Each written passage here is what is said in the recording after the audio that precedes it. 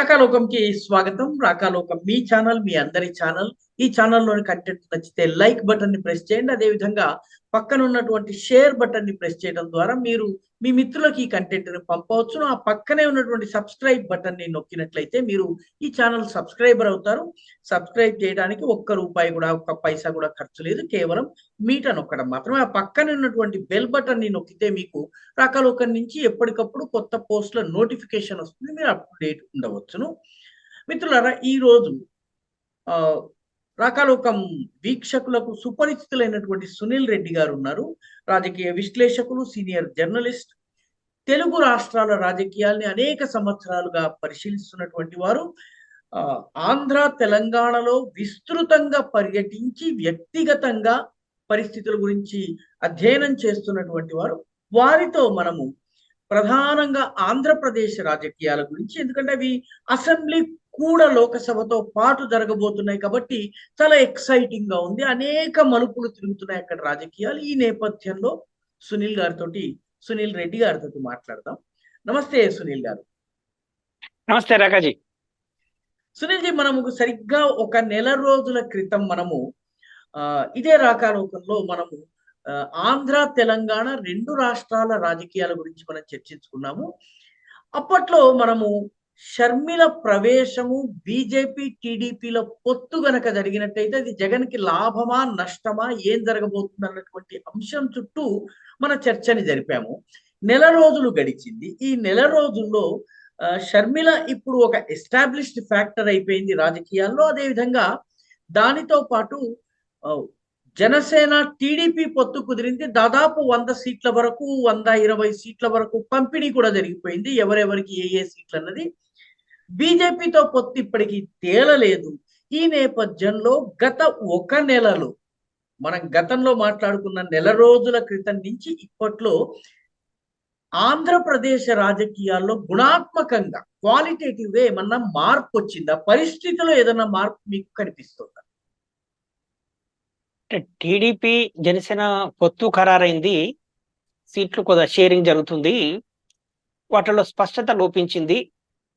జన సైనికులు ఆశించిన రీతిలో ఆ పొత్తు లేదు. జన సైనికుల లోపల ఆ మేరకు అసంతృప్తి ఉంది. టీడీపీ నేతల్లో కూడా అసంతృప్తి ఉంది.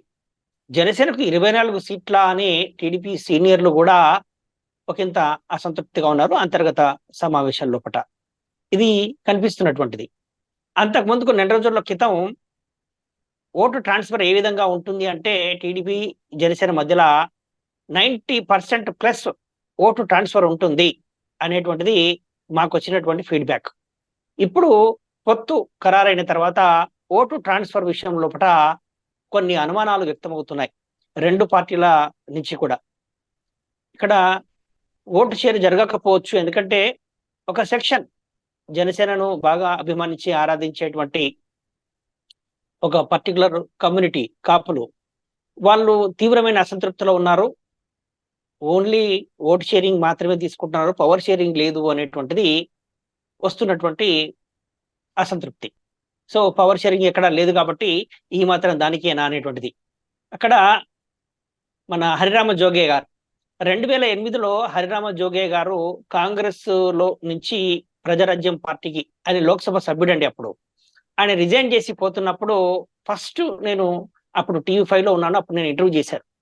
ఏంటండి మీరు అధికార పార్టీ నుంచి కొత్తగా వస్తున్న పార్టీకి వెళ్తున్నారు, ఉన్న లోక్సభ సీట్లు కూడా రాజీనామా చేసిపోతున్నారు ఎందుకు అని అడిగితే, కాపులకు అధికారం అనేటువంటిది నా జీవిత ఆశయమే అన్నాడు.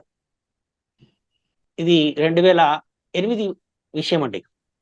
అలాగే అప్పుడు చాలా మంది ఎమ్మెల్యేలు ఉమ్మడి రాష్ట్రంలో అసెంబ్లీలో చాలా మంది ఎమ్మెల్యేలు ప్రజారాజ్యంకి వెళ్తున్నారు. ఎందుకంటే మీరు ప్రజారాజ్యంకి వెళ్తున్నారు అన్నప్పుడు క్షేత్రస్థాయిలో వస్తున్నటువంటి ఒత్తిడి అనేటువంటి సమాధానం అప్పుడు వ్యక్తమైందండి. మీకు ఆ పేర్లు కూడా చెప్పగలను. అప్పుడు బీజేపీ నుంచి ప్రజారాజ్యం వెళ్ళినటువంటి ఎమ్మెల్యే దొరబాబు, ఇలాంటి ఎమ్మెల్యేలంతా కూడా, పెండెం దొరబాబు పిఠాపురం, పెండెం దొరబాబు పిఠాపురం, ఇటువంటి వాళ్ళు, ఇంకా మీకు ఎగ్జాంపుల్ మిగతా వాళ్ళంతా కూడా. అలాంటి పరిస్థితి అంటే వాళ్ళు ప్రజారాజ్యం, అప్పుడు ప్రజారాజ్యం అయినా ఇప్పుడు జనసేన కూడా లక్ష్యం ఒక్కటేనండి, అది రాజ్యాధికారం. లక్ష్యం ఒకటే, రాజ్యాధికారం, కాపులకు రాజ్యాధికారం. ఆ లక్ష్యానికి చేరువగా, ఆ లక్ష్యం సాకారమయ్యే దిశగా ఇప్పుడు పొత్తులు లేవు.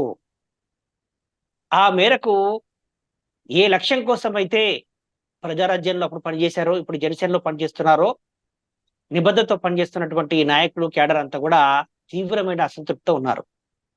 కాబట్టి ఓట్ ట్రాన్స్ఫర్ జరగకపోవచ్చు అన్నది మీ అంచనా. అవును, నెల రోజుల క్రితం వరకు కూడా ఈ పొత్తు జరగడానికంటే ముందు కూడా మేము క్షేత్రస్థాయిలో పర్యటించి చేసినప్పుడు, తీసుకున్నప్పుడు, ఫీడ్బ్యాక్ తీసుకున్నప్పుడు 90% ప్లస్ ఓటు ట్రాన్స్ఫర్ ఉంటుంది. అంటే ఎందుకు అంటే వాళ్ళు పవర్ షేరింగ్ కూడా ఉంటుంది అనుకున్నారు కాబట్టి. ఇప్పుడు ఆ పవర్ షేరింగ్ అనేటువంటిది ఎక్కడా కూడా మచ్చుకైనా కూడా లేదు. అసలు ఆ ప్రెస్ కాన్ఫరెన్స్ లో ఏ విధంగా భాగస్వాములు చేస్తారు జనసేనను, పవన్ కళ్యాణ్ ఏ విధంగా భాగస్వాములు చేస్తారు రేపు టీడీపీ జనసేన కూటమి అధికారంలోకి వస్తే అనే దానికి స్పష్టత లేదు. అది దాంతో అసలు ఏ లక్ష్యం కోసం మనం పనిచేస్తున్నాము అనేటువంటి ఒక మౌలికమైనటువంటి సందేహం ఆ పార్టీ అభిమానుల్లో, కార్యకర్తల్లో వ్యక్తమవుతోంది. ఇది వస్తున్నటువంటి ఫీడ్బ్యాక్. కాబట్టి ఇప్పుడు ఓటు ట్రాన్స్ఫర్ అనేటువంటిది ఆ స్థాయిలో ఉండకపోవచ్చు అనేటువంటిది. మరొక 2 అంశాలండి. మొట్టమొదటిది, టీడీపీకి కూడా బలం ఉన్నటువంటి సీట్లలో ఒక 30-40 సీట్లు ఖచ్చితంగా టీడీపీ గెలుస్తూ వస్తున్నటువంటి 30-40 సీట్లలో 10 మంది, 12 మంది, 14 మంది టికెట్ ని ఆశిస్తూ ఒకరితో ఒకరు పోటీ పడుతూ, ఒకరికి టికెట్ వస్తే మిగతా వాళ్ళ అసంతృప్తులుగా నిలబడేటటువంటి పరిస్థితి కనిపిస్తోంది. ఇది మొట్టమొదటి అంశం. అంటే గతంలో లేనటువంటి, ఇప్పుడు కొత్తగా ఈ నెల రోజుల్లో ఆవిర్భవించినటువంటి పరిస్థితి టీడీపీలో కూడాను. దానికి బలముందని భావించిన జిల్లాల్లో ఈ పరిస్థితి ఒకటి వచ్చింది. దీనికి సంబంధించి మీరేమంటారు? అంటే పొలిటికల్ ఆస్పిరేషన్స్ ఉంటూనే ఉంటాయండి. ఏ పార్టీలో అయినా కూడా పొలిటికల్ లీడర్ కి పొలిటికల్ ఆస్పిరేషన్స్ ఉంటాయి, టికెట్ ఆశిస్తూనే ఉంటారు. అయితే ఆ విధంగా ఎక్కువ మంది ఆస్పిరెంట్స్ ఉన్నప్పుడు వాళ్ళని హ్యాండిల్ చేయడం అనేటువంటిది కీలకం. పార్టీ పెద్దలు వాళ్ళని సరిగ్గా హ్యాండిల్ చేయగలగాలి, లేకపోతే ఇబ్బందులు అవుతాయి. పొత్తులు 2009లో కూడా అప్పుడు మహాకూటమి తెలంగాణ అప్పుడు ఉమ్మడి రాష్ట్రంలో ఉంది కాబట్టి టిఆర్ఎస్, టీడీపీ, సిపిఐ, సిపిఎం ఈ 4 పార్టీలు కూడా మహాకూటమిగా బరిలోకి దిగాయి. అప్పుడు కూడా సీట్ షేరింగ్ జరిగింది. అప్పుడు తెలంగాణలోనే 45 స్థానాలకు పైన టిఆర్ఎస్ పోటీ చేసింది, 52 స్థానాలు అనుకుంటా. అంటే ఆ స్థాయిలో ఆ స్థాయిలో సీట్ షేరింగ్ ఉంది. ఇప్పుడు కూడా జనసేన కూడా ఆ స్థాయిలో సీట్ షేరింగ్ ఉంటుంది అనుకున్నారు, లేదు. సరే, ఇప్పుడు ఆస్పిరేషన్స్ విషయానికి వచ్చినట్టయితే కేవలం 23 సీట్లు మాత్రమే గెలవడంతో టీడీపీ పార్టీ కొంత డీలా పడింది, నాయకత్వం కూడా బలహీన పడింది. ఎప్పుడైతే నాయకత్వం బలహీన పడిందో అప్పుడు ఈ క్షేత్రస్థాయిలో నాయకులు కొద్దిగా గట్టిగా మాట్లాడడం మొదలెడతారు. ఇప్పుడు కేంద్రంలో కాంగ్రెస్ అధికారంలో ఉన్నప్పుడు ఆ రాష్ట్రంలో ముఖ్యమంత్రులంతా కూడా హైకమాండ్ కు అణిగి ఉంటారు. కేంద్రంలో కాంగ్రెస్ అధికారం లేకపోతే రాష్ట్ర స్థాయిలో ఉన్నటువంటి ముఖ్యమంత్రులు అంతా కూడా ఛాలెంజ్ చేసేటువంటి విధంగానే ఉంటారు. అట్లనే ఇప్పుడు కూడా అది హ్యాండిల్ చేయడంలో ఉంటుందండి. ఆ విధంగా హ్యాండిల్ చేయగలిగితే, ఒకవేళ ధైర్యం చేసి ఇప్పుడు వైసీపీ ఉంది, వైసీపీలో వేమిరెడ్డి ప్రభాకర్ రెడ్డి ఏవేవో గొంతెమ్మ కోరికలు కోరాడు, కుదరదని చెప్పేశారు. ఆయన చూసుకున్నాడు. అట్లనే ఒకవేళ అటువంటి వాళ్ళు ఎవరైనా ఉన్నట్టయితే కుదరదు అని చెప్పేటువంటిది కావాలి. ఆ రకమైనటువంటి గట్స్ ఉండాలి. అది లేకపోతే ఏమైందంటే వాళ్ళు పార్టీలోనే ఉండి ఇబ్బంది పెడుతుంటారు, పార్టీలోనే ఉండి నష్టం చేకూరుస్తూ ఉంటారు. అలాంటి వాళ్ళను ఒక విషయం లోపల చంద్రబాబు నాయుడు గంటా శ్రీనివాసరావును కరెక్ట్ గా హ్యాండిల్ చేశాడు. గంటా శ్రీనివాసరావు గత 5 ఏళ్ల లోపల ఆయన పార్టీకి లాయల్ గా లేకుండా చంద్రబాబు నాయుడు డీలా పడ్డాడు కదా, మనం ఏం చేసినా నడుస్తుంది అన్నట్టుగా పార్టీ కార్యక్రమాలకు పార్టిసిపేట్ చేయకుండా దూరంగా ఉండడంతో ఇప్పుడు ఇచ్చిన సీటు తీసుకో అని చెప్పేసి చంద్రబాబు నాయుడు శాసించగలుగుతున్నాడు. గంటా శ్రీనివాసరావుకి ఏం చేయాలో అర్థం కావట్లేదు. ఆ రకంగా హ్యాండిల్ చేయగలగాలండి. గంటా శ్రీనివాసరావుని ఏ విధంగా అయితే హ్యాండిల్ చేస్తున్నారో మిగతా వాళ్ళని కూడా హ్యాండిల్ చేయగలగాలి. అప్పుడే ఈ రకమైనటువంటి అసంతృప్తులు సర్దుమణుగుతాయి. తర్వాత అధికారంలోకి వస్తే నామినేటెడ్ పదవులు ఉంటాయి, ఎమ్మెల్సీలు ఉంటాయి, చైర్మన్లు, ఇవన్నీ ఇస్తామని చెప్పేసి చెప్పుకోవడమే. అది ఇస్తారా సస్తారా అనేటువంటి తర్వాత విషయం. ఇప్పుడు చూస్తలేము, ఎన్ని సంవత్సరాల నుంచి మనం చూస్తూనే ఉంటున్నాం. కానీ ఆ రకమైనటువంటి హామీ అయితే ఇచ్చి ఒప్పించి బుజ్జగించి చేయగలగాలే అది ఇప్పుడు కొద్దిగా ఆ స్థాయిలో జరగట్లేదు, కొంత హ్యాండిలింగ్ లోపం అని స్పష్టమవుతుంది. రెండవ ప్రధానమైనటువంటి ప్రశ్న ఏంటంటే, జనసేనకి వీళ్ళు ఇచ్చినటువంటి తక్కువ సీట్ల కారణంగానే సేనకి అధికారంలో కూడాను భాగస్వామ్యం లేనటువంటి పరిస్థితి వచ్చే పరిస్థితి ఉంది. కాబట్టే బీజేపీ పొత్తు విషయంలో టీడీపీతో పొత్తు విషయంలో తాత్సారం చేస్తోందా? బీజేపీ బెటర్ అంటే డీల్ కోసం ఎదురు చూస్తోందా? అంటే మన ఢిల్లీ రిపోర్టర్ మిత్రులు చెప్పే సమాచారం ఏంటి అంటే, చంద్రబాబు నాయుడు అమిత్ షాను కలిసిన తర్వాత మీరు ఎన్డీఏలో చేరుతున్నట్టు ప్రకటన చేయండి అని చెప్పేసి అమిత్ షా చంద్రబాబు నాయుడుకు చెప్పినప్పుడు, మేము పార్టీలో చర్చించుకొని ఎన్డీఏలో చేరుతున్నట్టు ప్రకటిస్తామండి అని చెప్పేసి చెప్పి బయటకు వచ్చారు. ఇప్పటి వరకు ఆ ప్రకటన చేయలేదు అని. సరే, ఈ ప్రకటన చేయడానికి ఏముంటుంది? 3 పార్టీల నాయకులు, పెద్ద నాయకులు, అగ్రనాయకులు కూర్చొని పొత్తు కుదుర్చుకున్నామని చెప్పాల్సి ఉంటుంది కదా.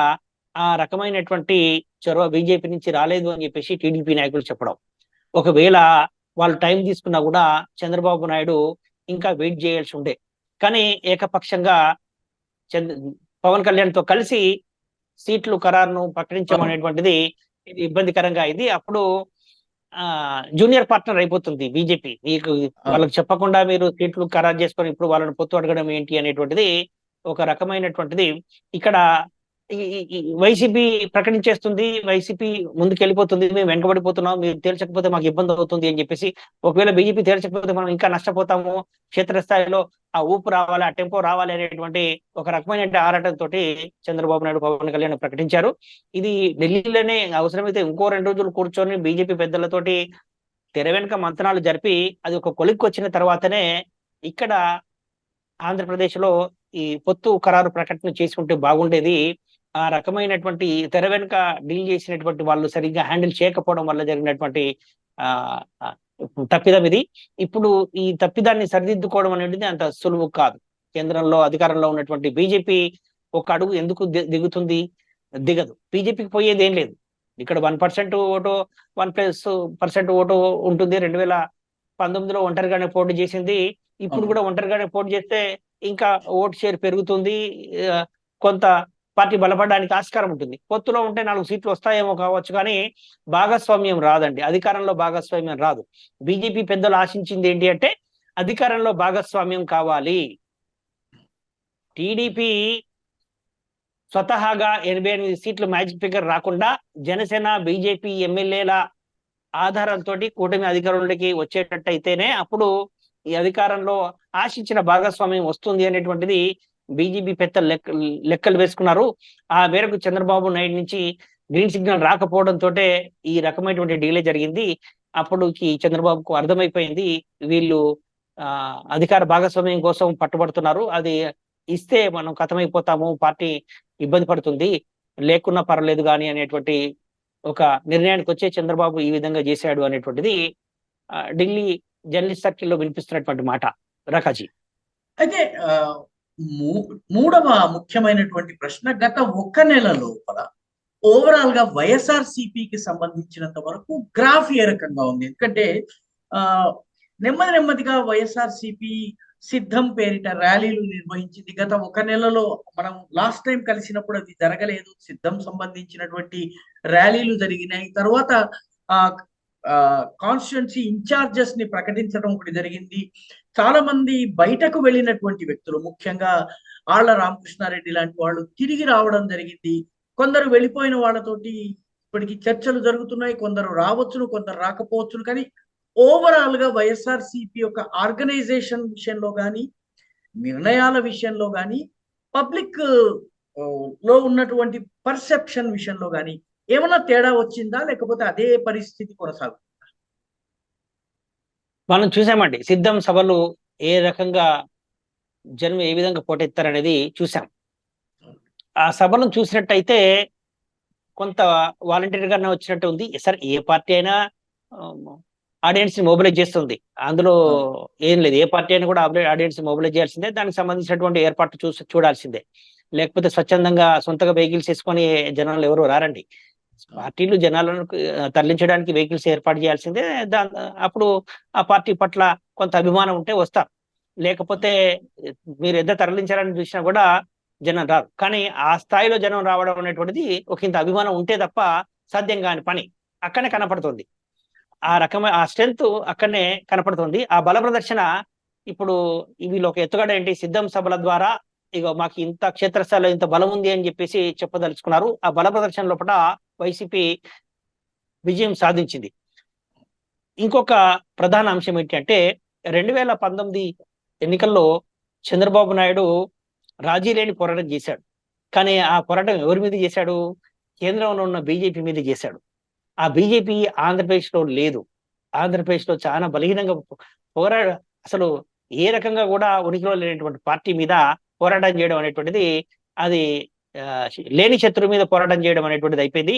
ఇక్కడ అప్పుడు ప్రతిపక్షంలో ఉన్నటువంటి వైసీపీ అధికారంలో ఉన్నటువంటి చంద్రబాబు నాయుడు మీద రాజీ లేని పోరాటం చేసింది క్షేత్రస్థాయిలో. ఆ విధంగా ఫైటర్ ఇమేజ్ జగన్ కు వచ్చింది. అయితే ఇప్పుడు కూడా ఇప్పటికీ కూడా ఆ ఫైటర్ ఇమేజ్ జగన్ కు పోలేదండి. ఆ ఫైటర్ ఇమేజ్ అనేటువంటిది ఇప్పుడు కూడా ఫైట్ చేస్తూనే ఉన్నాడు ప్రతిపక్షంతో. వీళ్ళంతా కూడా ఏకమై వస్తున్నారు అనేటువంటిది ఆయన సూటిగా చెప్తున్నది ఏంటంటే 5 ఏళ్ల తన ప్రభుత్వ పాలనా తీరు వల్ల లబ్ధి పొంది ఉంటేనే ఓటేయండి అని చెప్పేసి అడగడం అనేటువంటిది చాలా గట్స్ ఉండాలి. ఆ మేరకు ఏ నాయకుడికైనా కూడా ఓటు లేకపోతే వెయ్యొద్దండి అని చెప్పడం అనేటువంటిది, నా పాలన వల్ల లబ్ధి పొందితేనే, మీకు మేలు జరిగితేనే ఓటేయండి లేకపోతే వెయ్యొద్దు అని చెప్పేసి చెప్పగలిగేటువంటిది అనేటువంటిది అంత సులువైనటువంటి ఛాలెంజ్ కాదు. ఆ మేరకు ఆయన ప్రజల అభిమానాన్ని చూరగొన్నాడు. ఇలాంటి ఫైటింగ్ ఉన్నటువంటి స్పిరిట్ ఉన్నటువంటి వాళ్ళను జనం ఆమోదిస్తారండి.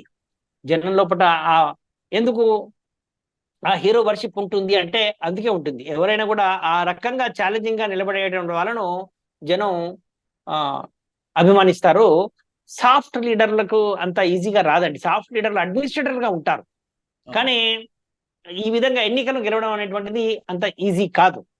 కానీ జగన్ అట్లా ఒంటరి పోరాటం చేస్తున్నాడు, ఆ రకమైనటువంటి ఛాలెంజింగ్ స్పిరిట్ తో పోతున్నాడు అనేటువంటిది ఉంది. కాబట్టి మీరు ఇప్పుడు ఏ సర్వేలు చూసినా, ఇప్పుడు నిన్న కూడా ఇండియా టీవీ సిఎన్ఎన్ సర్వే వచ్చింది, సిఎన్ఎక్స్ సర్వే వచ్చింది. అందులో కూడా 15 లోక్సభ స్థానాలు వైసీపీ గెలుస్తుంది అనేటువంటి, అంత ముందుకు వచ్చినటువంటి 2 సర్వేలు కూడా వైసీపీకే చూపిస్తున్నాయి. అంటే ఓవరాల్ గా రాష్ట్రంలో మీరు ముఖ్యమంత్రి ఎవరు కావాలి అనేటువంటి సర్వే చేస్తే అన్ని సర్వేల లోపల వైఎస్ జగనే ముఖ్యమంత్రి కావాలనేటువంటి సర్వే వస్తుంది. కానీ ఎమ్మెల్యే విషయాల్లోకి వచ్చిన తర్వాత కొంత తేడా వస్తుంది. ఈ రకమైనటువంటి క్షేత్రస్థాయిలో ఉన్నటువంటి డిఫరెన్స్ తోటి కొంత వైసీపీ గతంలో మాదిరి 150 సీట్లు గెలుచుకోలేకపోవచ్చు, కానీ అవసరమైనటువంటి మ్యాజిక్ ఫిగర్ అయితే క్రాస్ అవుతుందని ఈ సర్వేలని చెప్తున్నాయి.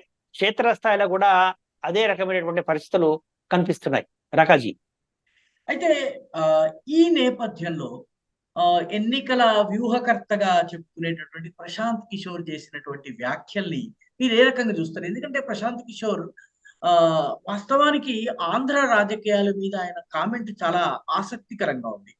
జగన్ తన యొక్క అన్ని గుడ్లను ఒకే డబ్బా, వెల్ఫేర్ అనేటటువంటి పెట్టెలో పెట్టడం అనేది వ్యూహాత్మక తప్పిదం అని అంటూనే, దీనివల్ల ఆయన నష్టపోతారు, he's going to lose big, చాలా పెద్ద ఎత్తున నష్టపోతారు అన్నటువంటి వ్యాఖ్య చేశారు. ఈ వ్యాఖ్య ఏ రకంగా చూడాలి? ఎందుకంటే ఒకటి ఆయన చెప్తున్నది ఏంటంటే, నా దగ్గర ఫీల్డ్ డేటా లేదు, నా దగ్గర గణాంకాలు లేవు, ఫీల్డ్ స్టడీ లేదు, నేను గట్ ఫీలింగ్ తో చెప్తున్నటువంటి మాట అన్నటువంటిది అంటున్నారు. సో ప్రశాంత్ కిషోర్ చేసినటువంటి వ్యాఖ్యలు, Indian express, the new Indian express సదస్సులో చేసినటువంటి వ్యాఖ్యలు, మొత్తం వీడియో ఇంకా బయటకు రాలేదు, మనం ఈ చర్చించుకునే సమయానికి పూర్తిగా బయటకు రాలేదు, కానీ పేపర్లలో వచ్చినటువంటి దానిది మనకు లభ్యమైన క్లిప్పుల ఆధారంగా చూస్తే ఆయన చేసినటువంటి వ్యాఖ్యల్ని ఏ రకంగా చూడాలి? ప్రశాంత్ కిషోర్ ఆంధ్రప్రదేశ్ లో ఏ సెక్షన్ తోటి అసోసియేట్ అయ్యాడు అనేటువంటిది మనం చూడాలండి. ఆయన ఫీడ్బ్యాక్ ఏంటి? ఆయనే చెప్తున్నాడు, ఇప్పుడు నేను ఫీల్డ్ లో లేను, నా టీం లేవు, ఫీల్డ్ లో లేవు అని చెప్పి. 2019 ఎన్నికల తర్వాత ఆయన ఆంధ్రప్రదేశ్ ఫీల్డ్ లో లేడు. ఏ ఎన్నికలైనా కూడా ఆ ప్రభుత్వ పనితీరుపైనే జరుగుతాయి. ఇప్పుడు వైఎస్ జగన్ ప్రభుత్వ పనితీరుపైనే జరుగుతాయి. వైఎస్ జగన్ ప్రభుత్వం అనేటువంటిది వెల్ఫేర్ ఛాంపియన్ అనేటువంటిది అందరూ. ఇప్పుడు ఆయన కూడా చెప్తున్నాడు ఇది వెల్ఫేర్ ఓవర్ డోస్ అయిపోయింది, అది బూమరాంగ్ అవుతుంది అనేటువంటిది. మనం ఆంధ్రప్రదేశ్ రాజకీయాలు, సంక్షేమము, దానివల్ల ఫలితాలు అనేటువంటిది బ్రీఫ్ గా డిస్కస్ చేద్దాం రాకాజీ. ఎన్టీఆర్ టీడీపీ పార్టీ 1983లో వెల్ఫేర్ ఎజెండా తోటి వచ్చి గెలిచింది. ఆ వెల్ఫేర్ ఎజెండా 1983లో అది ₹2 కిలో బియ్యం అనండి, ₹50 కార్స్ పవర్ అనండి, జనతా వస్త్రాలు అనండి, ఇంకోటి ఈ రకమైనటువంటి వెల్ఫేర్ సంక్షేమ రాజ్యం అనేటువంటిది ఎన్టీఆర్ అంటేనే వెల్ఫేర్ అనేటువంటిది వచ్చింది. అంత ముందుకున్నటువంటి కాంగ్రెస్ గవర్నమెంట్లంతా కూడా బ్యాలెన్స్డ్ ఎకానమీ తోటి పోయారు, వెల్ఫేర్ అండ్ డెవలప్మెంట్ అంతా కూడా. 89లో ఓడిపోవడానికి చంద్రబాబు ఎన్టీఆర్ ఓడిపోవడానికి ఆయన యాటిట్యూడ్ కారణం. ఆయన యాటిట్యూడ్ వల్లనే ఓడిపోయింది. మొత్తం అంతా క్యాబినెట్ ని రద్దు చేసేసి కొన్ని నిర్ణయాలు తీసుకోవడం వల్ల కొన్ని సంస్కరణలు బూమరాంగ్ అయినాయి. మండల వ్యవస్థలు, పటేల్ పట్వారీ వ్యవస్థ రద్దు, ఇవన్నీ కొద్దిగా బూమరాంగ్ అయినాయి. వాళ్ళు ఒపీనియన్ లీడర్స్ వాళ్ళు వ్యతిరేకంగా చేశారు, దాంతో ఆ టీడీపీ ఓడిపోయింది.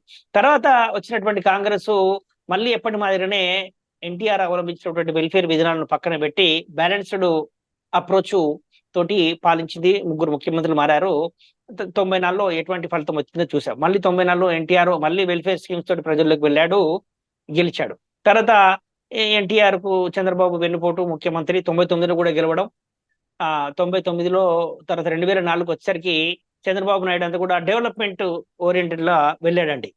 ఆయన వెల్ఫేర్ తీసుకోలేదు. ఎన్టీఆర్ ఇచ్చినటువంటి వెల్ఫేర్ ను కూడా పక్కన పెట్టాడు. తర్వాత విద్యుత్ ఛార్జీలు కూడా పెంచాడు.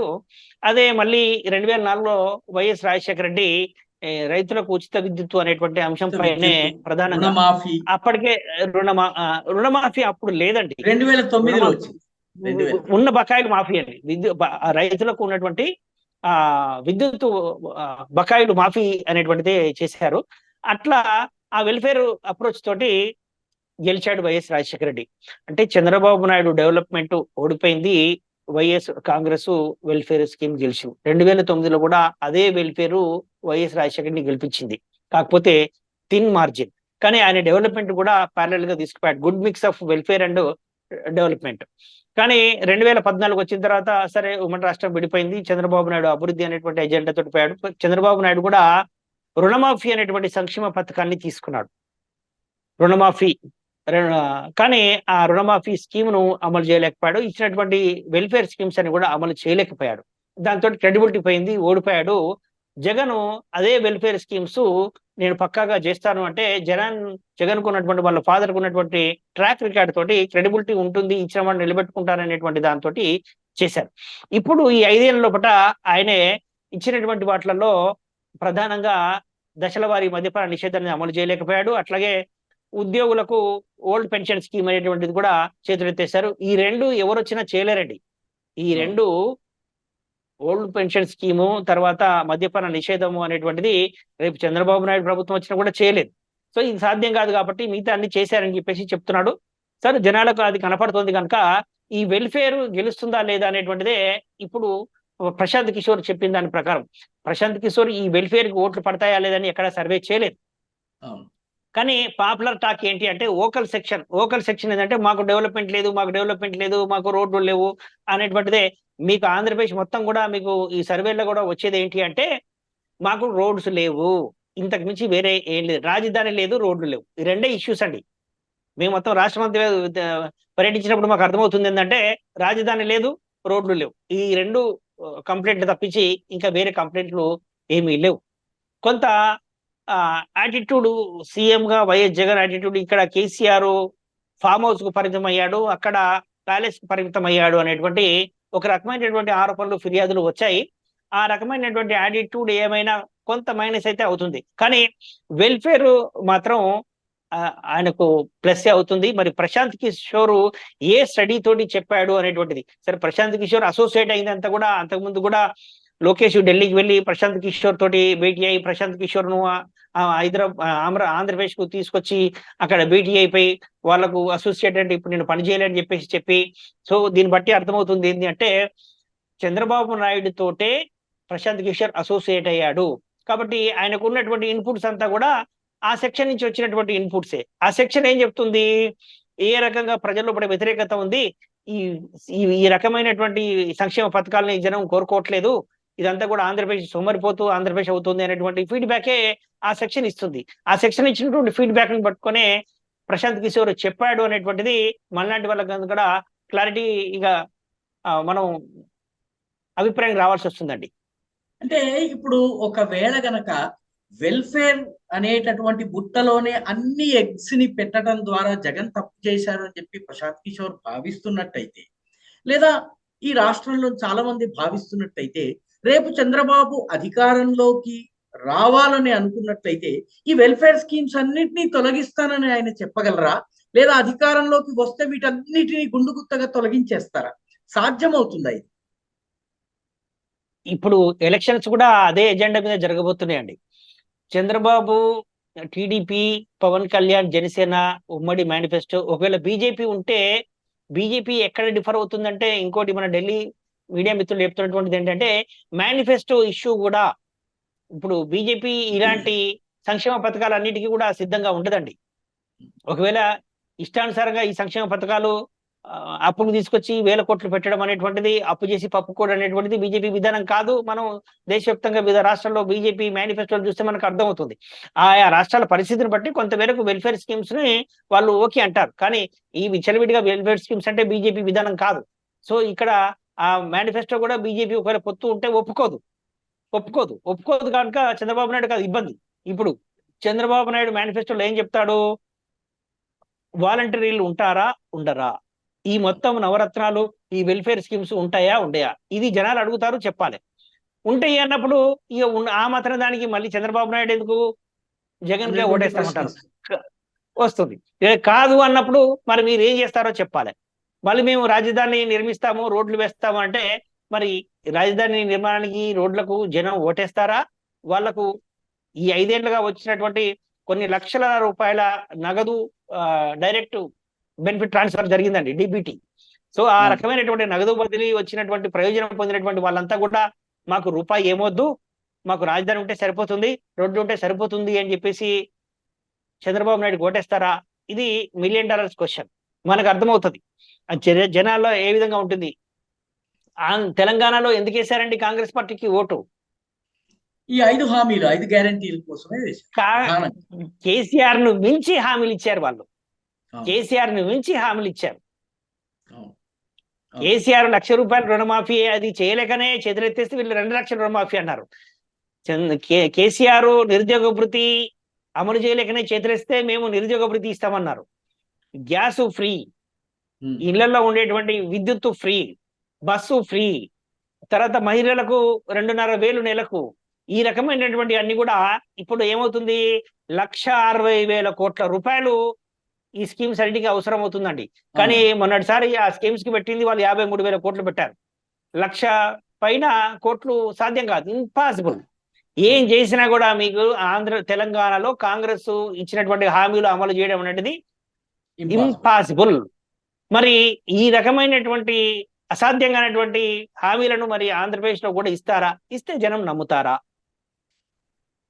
చంద్రబాబు వెల్ఫేర్ విషయంలో చంద్రబాబు ట్రాక్ రికార్డు కూడా కొంత, అంటే వెల్ఫేర్ స్కీమ్స్, ఫ్రీ బీస్ కానీ వీటి విషయంలో ఆయన ట్రాక్ రికార్డు కూడా కొంత ప్రజలు నమ్మే రీతిలో లేదు. ఫ్రీ బీస్ మంచివా కాదా అన్న చర్చలోకి మనం వెళ్లకుండా, ఆయన గతంలోని హామీల అమలు విషయంలో, వెల్ఫేర్ స్కీమ్స్ అని చెప్తున్నటువంటి వాటి విషయంలో, ఫ్రీ బీస్ విషయంలో ఆయన దృక్పథము విషయంలో ప్రజలకే అనుమానాలు. ట్రాక్ రికార్డు మనం 2014 నుంచి 2019 వరకు ఇచ్చినటువంటి పంట రుణాల మాఫీ చేయలేకపోయాడు. ఇప్పుడు మళ్ళీ రుణమాఫీ అంటే జనం నమ్మరు. చాలా హామీలు ఈ విధంగా అమలు చేయలేకపోయాడు కాబట్టి ఆయనకు క్రెడిబిలిటీ లేదు. కానీ ఇంకొక విషయానికి వచ్చినట్టయితే చంద్రబాబు నాయుడు మనం 95 నుంచి 2004 వరకు చంద్రబాబు నాయుడు చూసినట్టయితే ఆయన వెల్ఫేర్ స్కీమ్స్ కి అనుకూలం కాదండి. ఆయన డెవలప్మెంట్ ఇదే. ఒక విషయాన్ని వీటికి అన్నిటికీ అతీతంగా చూసినట్టయితే చంద్రబాబు నాయుడు సరిగ్గా ప్రజలకు కన్వే చేయలేకపోవడం వల్ల కొంత నెగిటివిటీ వచ్చింది. కానీ ఆయన వ్యవసాయం మీద ఆధారపడ్డటువంటి సెక్షన్ ను ఇప్పుడు 50% వరకు సమాజంలో 50% మంది వ్యవసాయం మీద ఆధారపడ్డారు. ఇది భరించలేదు, వ్యవసాయం ఇంతమందిని అకామిడేట్ చేయలేదు, దీన్ని తగ్గించాలి అంటే ఇంట్లో ఒక రైతుకు 2 కొడుకులు ఉంటే ఒక కొడుకును మనం మ్యానుఫ్యాక్చర్ సైడో సర్వీస్ సెక్టర్ సైడో పంపాలి, ఇంతమందిని ఫీడ్ చేయలేదు వ్యవసాయ రంగము అనేటువంటి దాన్ని ఆయన కరెక్ట్ గా చెప్పలేకపోయాడు. దాంతో చంద్రబాబు నాయుడు అంటే వ్యవసాయం దండగా అంటున్నాడు, ఆయన రైతు వ్యతిరేకి అనేటువంటి ముద్ర పడింది.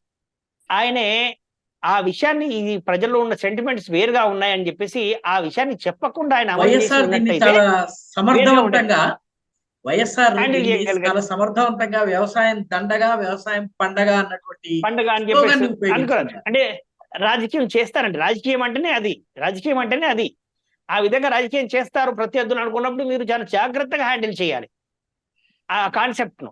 ఆ విధంగా సరిగ్గా ఆయన ఇంతమంది నిజమే వాస్తవమే ఇవన్నీ కూడా ఇప్పటికి కూడా వ్యవసాయ రంగము ఎందుకు ఇబ్బందికరంగా ఉంది, ఎందుకు ఆత్మహత్యలు జరుగుతున్నాయి అంటే ఇంతమందిని పోషించేటువంటి శక్తి వ్యవసాయ రంగానికి లేదు ఇప్పుడు వస్తున్నటువంటి మార్కెట్ ఎకానమీ సిస్టమ్ లోపట. కాబట్టి వాళ్ళకు సబ్సిడీలు ఇవ్వాల్సిందే, వాళ్ళ పండించినటువంటి ఉత్పత్తులు కొనాల్సిందే, ఆ ఉత్పత్తులను కూడా మార్కెట్ అవసరాలకు తగ్గట్టుగా ఉన్నాయా లేవో చూసుకోవాల్సిందే, ఆ విధంగా క్రాప్ పాలసీ ఉండాలి, ఆ క్రాప్ పాలసీ తగ్గట్టుగా ప్రైస్ పాలసీ ఉండాలి, ఇవన్నీ ప్రభుత్వం చేయాలి, చేస్తేనే అవుతుంది. కానీ సేమ్ టైం ఈ వ్యవసాయ రంగానికి సంబంధించి అనుబంధ పరిశ్రమలు పెంచాలి, వ్యవసాయం మీద ఇప్పటి వరకు ఆధారపడుతున్న వాళ్ళన్నిటి కూడా అనుబంధ పరిశ్రమల ఏర్పాటు ద్వారా వాళ్ళకు ఉపాధి కల్పించాలి. ఇవన్నీ చేయగలిగితే అప్పుడు ఈ వ్యవసాయం అనేది లాభసాటిగా ఉంటుంది, ఆత్మహత్యలు అనేవి తగ్గుతాయి. అది చేసుకుంటూ పోవాలి. కానీ మీరు దీనివల్ల లాభం లేదు అని చెప్పేసి చెప్పడంతో చంద్రబాబు నాయుడు వ్యతిరేకయ్యాడు.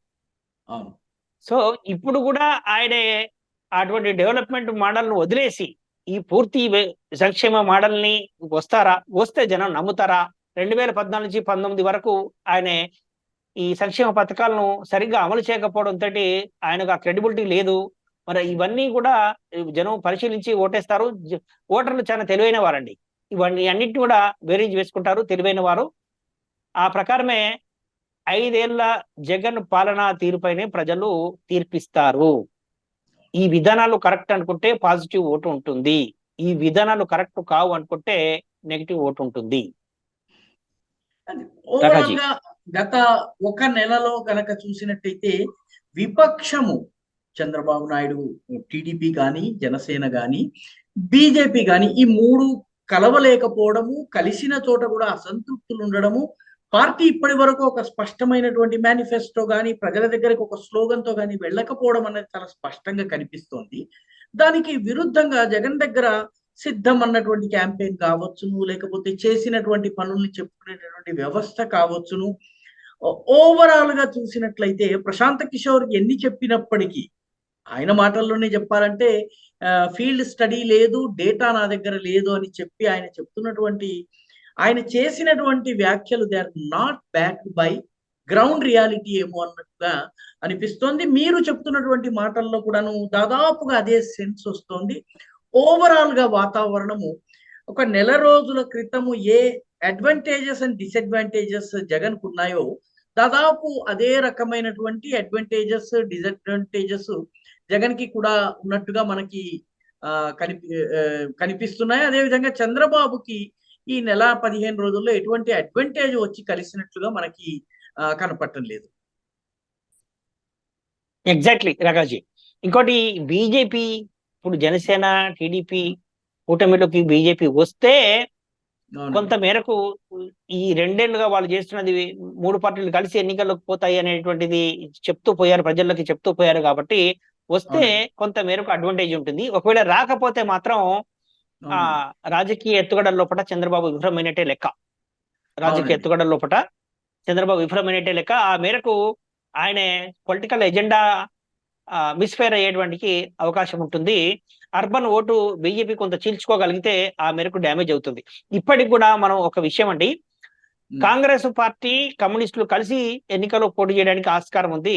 కొంత ప్రభుత్వ వ్యతిరేక ఓటు ఆ కూటమి కూడా వెళ్తుంది. ఒకవేళ బీజేపీ విడిగా పోటీ చేసినట్టయితే ప్రభుత్వ వ్యతిరేక ఓటును అర్బన్ ఏరియాస్ లోపల బీజేపీ కూడా తీసుకుంటుంది. ఈ 2 కాంగ్రెస్ లెఫ్ట్ కూటమి ఇటు బీజేపీ కలిసి 2% ఓటు తీసుకున్న అదనంగా గత ఎన్నికల వచ్చినటువంటి ఓట్లకు అదనంగా ఒక 2% కనుక తీసుకున్నట్టయితే అది టీడీపీ జనసేనకు వెళ్లాల్సినటువంటి ఓటు షేరు ఇటు కాంగ్రెస్ కమ్యూనిస్టు ఇటు బీజేపీ కనుక పోయినట్టయితే వైసీపీకే అది అడ్వాంటేజ్. తెలంగాణలో కాంగ్రెస్ కు బీఆర్ఎస్ కు తేడా అంతా కూడా 1.80, నాట్ ఈవెన్ 2% ఓటు షేర్. ఆ విధంగా అక్కడ కూడా ఆంధ్రప్రదేశ్ లో కూడా ఆ 2% ఓటు గ్యాప్ కనుక ఉన్నట్టయితే, గ్యాప్ రెండు పార్టీల మధ్య ఓటు పర్సెంటేజ్ 2% కనుక ఉన్నట్టయితే మళ్ళీ వైసీపీ అధికారంలో రావడానికి ఆస్కారం ఉంటుంది. ఈ రకమైనటువంటి చాలా అంశాలు చంద్రబాబు నాయుడు పరిగణలోకి తీసుకుని బీజేపీతో పొత్తు ఉండాలని కోరుకుంటున్నాడు, కానీ అది ఆ స్థాయిలో వర్కౌట్ అయితలేదు. అది జాప్యం జరుగుతున్న కొద్దీ టీడీపీ జనసేన కూటమికి మైనసే అవుతుంది. మీరు పొత్తు అన్నారు, పొత్తు లేదేంటి అనేటువంటిది, అంటే ఎక్కడో తేడా ఉన్నది. టీడీపీ జనసేన అధికారంలోకి రాదు అనేటువంటిది బీజేపీకి అర్థమైందా? వాళ్ళకు ఉన్నటువంటి కేంద్రంలో అధికారంలో ఉన్న పార్టీకి అన్ని విషయాలు తెలుస్తుంటాయి కదా, నెట్వర్క్ ఉంటుంది కదా. సో అది అర్థమయ్యి అనవసరంగా ఓటు పోయేదానికి ఎందుకు పార్టీ ఓటు షేర్ని పెంచుకుందాము, ఇండిపెండెంట్ గానే పోటీ చేసి అనుకుంటుందా? ఈ రకమైనటువంటి అనుమానాలన్నీ రాజకీయ వర్గాల్లో చర్చ జరుగుతుందండి. ఈ చర్చకు కూడా ఆస్కారం ఇవ్వడం అనేటువంటిది చంద్రబాబు నాయుడు విఫలమైనట్టే లెక్క. అసలు అలాంటి చర్చకు కూడా ఆస్కారం రాకుండానే చంద్రబాబు నాయుడు ఎత్తుగడలు వ్యూహాలు ఉండాల్సి ఉండే, కానీ ఇటువంటి వ్యూహాలు ఎత్తుగడలు అది ఇబ్బందికరంగా మారుతుంది చంద్రబాబు నాయుడు కని మనం చెప్పుకోవచ్చండి. చాలా ధన్యవాదాలు సునీల్ గారు. మరొకసారి మళ్ళీ మనము ఆంధ్ర రాజకీయాల్ని, అదేవిధంగా తెలంగాణ ఎంపీ సీట్ల రాజకీయాన్ని మనము అధ్యయనం చేద్దాం.